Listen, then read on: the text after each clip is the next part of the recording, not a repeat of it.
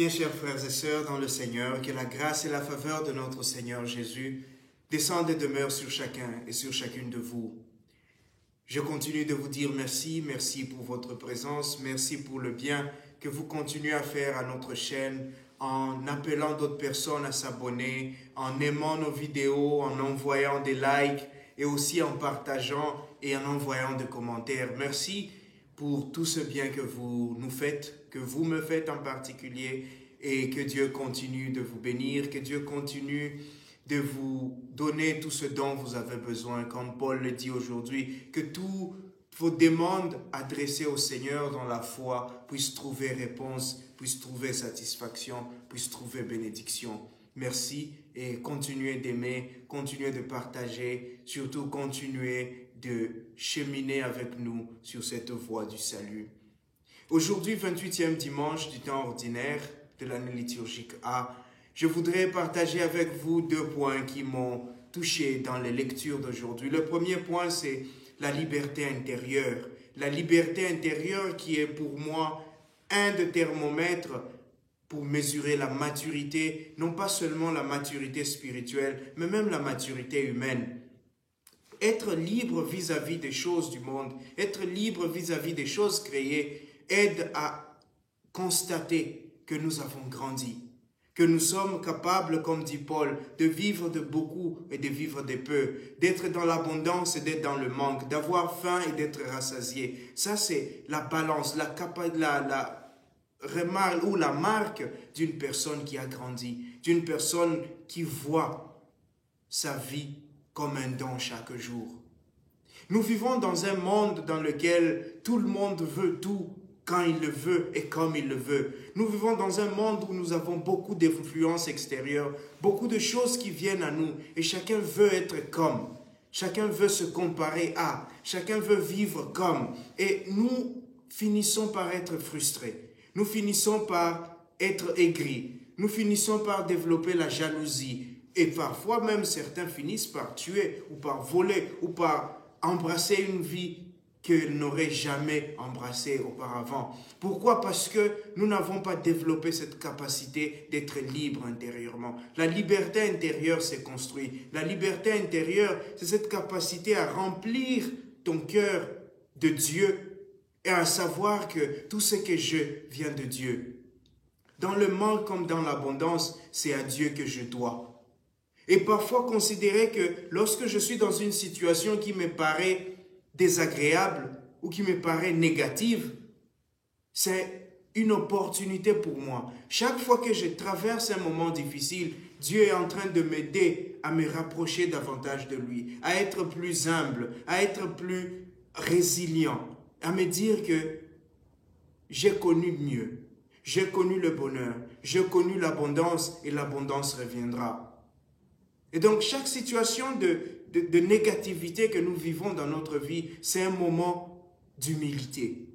Et chaque situation d'abondance, c'est un moment où le Seigneur nous appelle maintenant à nous souvenir de ce bien, à nous souvenir de ses bienfaits et à avoir ce cœur de gratitude, avoir ce sens de gratitude. Parce qu'aujourd'hui, nous sommes dans un monde où nous voulons tout avoir. Nous voulons tout être. Nous voulons nous transformer comme nous voulons. Nous voulons créer un monde à notre image et à notre ressemblance. Et parfois nous tombons soit dans l'orgueil ou alors soit dans l'impatience. Et c'est ce qui arrive aujourd'hui dans l'Évangile. L'Évangile d'aujourd'hui, c'est cette parabole des noces nous montre ces deux côtés de nous. Lorsque nous ne voulons pas grandir intérieurement, lorsque nous ne voulons pas vivre dans la liberté intérieure. Voilà le roi qui organise des noces, une grande fête, une grande réception, et qui dit, allez dire à mes invités, allez dire à ceux qui sont dignes, allez dire à ceux qui sont dans l'abondance que j'ai fait cette fête pour eux, qu'ils ont le droit, qu'ils sont les ayants droit. Malheureusement, ces personnes-là, par orgueil, parce que ces personnes sont dans l'abondance, elles sont tellement orgueilleuses et disent, mais je vais aller faire quoi cette petite fête-là? Bien que, même si c'est le roi qui organise, nous avons tout ce qu'il a à cette fête, moi aussi je l'ai ici. Tout ce qu'il peut préparer, moi aussi je peux le préparer. Et par orgueil, on refuse d'aller à cette réception.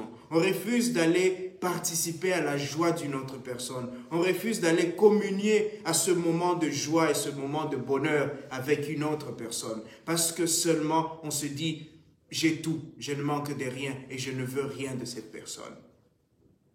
Et voilà le roi qui est aigri, qui est désolé parce que ces personnes-là, il a mis du cœur pour préparer cette fête. Il a mis du temps pour préparer cette fête. Il a mis de moyens pour préparer cette fête. Mais voilà que les personnes auxquelles il comptait, ou les personnes sur lesquelles il comptait, ont dit non. Et par orgueil. Ils ont manqué cette grande liberté de dire, la joie de l'autre, c'est ma joie. J'ai, mais je vais participer à cette fête. Alors le roi envoie chercher des gens sur la route. Prenez tout ce que vous allez prendre, les bons comme les mauvais, amenez-les, remplissez ma salle parce qu'il y a la nourriture. Cette nourriture, on ne va pas la jeter, elle ne va pas pourrir, il y a des gens qui manquent. Et donc voilà le deuxième groupe. On va chercher ce deuxième groupe de personnes et tout le monde vient à la fête. Mais lorsque le roi entre, le roi constate qu'il y a cette personne-là qui n'a pas l'habit de noces. Et nous savons que dans l'histoire, ceux qui venaient aux fêtes de noces recevaient un habit en entrant, qu'on appelait l'habit de noces. Parce que tout le monde n'avait pas ce vêtement-là. Et il y avait des vêtements disponibles. Et on donnait ces vêtements pour que tout le monde soit en habit de noces. Pour que tout le monde soit dans cette dignité de cette fête-là. Et je me dis qu'il y a tout le monde venait entrer et recevait cet habit. Mais il y a eu cette personne-là qui par impatience s'est dit, ah, non, c'est lui d'ailleurs qui nous a appelés, il n'a qu'à nous prendre comme nous sommes, il n'a qu'à m'accepter comme je suis, il va me prendre tel que je suis ou je m'en fous. Mais pourquoi alors tu es entré? Si tu ne voulais pas de cet habit, si tu ne voulais pas de cette fête, tu pouvais dire non, comme tous les autres. Mais par impatience, par précipitation, cette personne est entrée dans la fête et a raté l'habit de fête. Et qu'est-ce qui arrive? Le roi arrive et lui dit, mon cher, comment tu es arrivé ici? À la porte, on distribuait les habits. À l'entrée, on donnait les habits de fête. Mais tu étais tellement impatient. Tu étais tellement pressé que tu n'as pas pris l'habit. Et maintenant, tu ne peux pas rester ici. Tu dois aller dehors. On doit te jeter dehors parce que tu n'es pas conforme. Et les deux choses nous arrivent souvent. Parfois, quand nous sommes dans l'abondance, nous devenons tellement orgueilleux que nous perdons cette humilité de savoir que si j'ai, ce que j'ai me vient de Dieu. Et je suis appelé peut-être à le partager. Je suis appelé peut-être à vivre avec les autres. Et Paul, il est très reconnaissant pour les chrétiens de Philippe qui lui ont donné, qui lui ont donné de leurs moyens pour qu'ils vivent. Il s'est dit, je suis capable d'être dans l'abondance et dans le manque, mais je ne manque pas d'humilité pour reconnaître que ces personnes m'ont aidé. Ces personnes m'ont aidé à être dans l'abondance. Je ne deviens pas orgueilleux parce que je suis capable de, parce que j'ai réalisé ceci. Je ne me mets pas dans cette position. Je suis humble. Je reconnais que j'ai été aidé, que les autres ont fait, que ce que je suis aujourd'hui, aussi les autres ont contribué. Mais lorsqu'il est dans le manque, il fait aussi preuve de patience. Il sait que Dieu a tout. Dieu, c'est le Dieu de l'abondance. Mon Dieu ne manque de rien et mon Dieu comblera mes désirs. Mon Dieu me donnera mes bénédictions. Et aujourd'hui, c'est peut-être l'occasion de rappeler à nos frères et sœurs, surtout les plus jeunes. Nous tous, nous grandissons ensemble parfois. Nous vivons dans les mêmes quartiers, mais nos bénédictions ne viennent pas au même moment. Nos bonheurs ne viennent pas au même moment. Et je dis toujours, le bonheur, c'est la bonne chose à la bonne heure. Et lorsque ton heure n'est pas arrivée, sois patient. Garde ta foi, garde tes yeux fixés sur le Seigneur. Sois persévérant dans la prière et le Seigneur qui est source de toute grâce, le Seigneur qui est source de toute bénédiction, te donnera en ton temps. Mais si tu te compares, si tu es tellement absorbé par le bien du monde que tu oublies le plus grand bien qui est ce bien intérieur, qui est cette liberté de te dire « aujourd'hui je manque, demain j'aurai ». Je n'ai rien aujourd'hui, je reste patient, je reste ferme dans la foi parce que je sais que le Seigneur me donnera. Si tu manques cela, alors tu vas être frustré. Alors tu vas commencer à te comparer. Mais lui, on a étudié ensemble comment il est comme ça, moi je suis comme ça. Mais lui, il était derrière moi, comment est-ce qu'il est passé devant moi? Mais ce couple-là s'est marié après moi, comment ils sont heureux, moi je suis malheureux. Mais cet homme-là, on est entré avec lui au même moment dans la vie religieuse. Mais comment lui, il progresse? Comment moi, j'ai toujours des problèmes? Et on va entrer dans ces comparaisons. On va entrer dans ces querelles.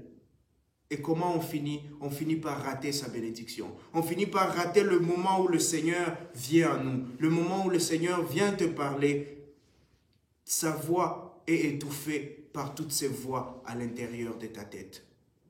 Et lorsque tu es béni, lorsque tu es dans l'abondance, lorsque tu es dans la plénitude, sois humble.